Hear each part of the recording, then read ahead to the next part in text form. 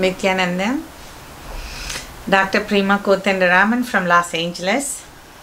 I'm a devotee of Swamiji for more than 15 years now. Life before Swamiji.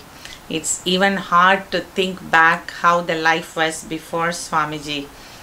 Was very limited, powerless, dominated by negative emotions, full of fear, worries, concerns, and either it's with me, with my health, or relationship, how I related with outer world, and everything was so limited. And now, after knowing Swamiji, growing with him, life is full of miracles and celebration.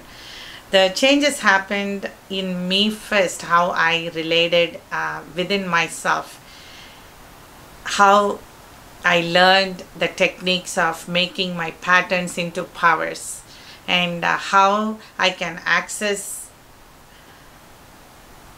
my own inner potential. As if I feel like a vast space has opened up and it's growing into unlimited possibilities, and life is full of miracles and bliss.